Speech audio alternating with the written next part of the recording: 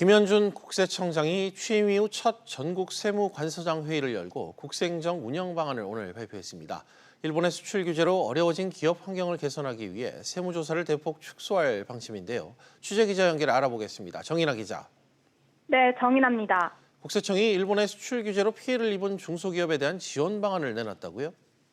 네, 국세청은 우선 본청과 지방청, 세무서 등의 세정 지원센터를 설립하기로 했는데요. 이곳에서 일본 수출 규제로 인해 피해를 입은 중소기업들을 발굴하고 지원하겠다고 발표했습니다.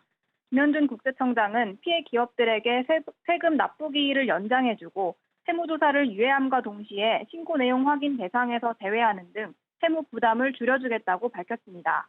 또 3회 이상 세무조사를 중지할 때 납세보호 담당관이 세무조사 중지를 승인할 수 있는 제도도 새로 만들기로 했습니다.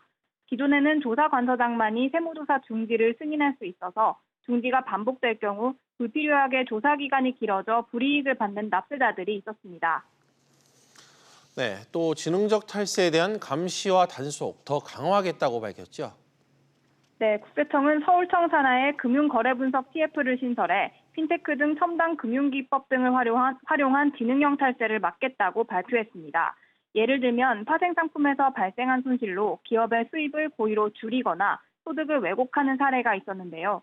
금융거래분석 TF가 이러한 유형의 탈세를 막기 위해 금융상품 등을 연구하겠다는 겁니다.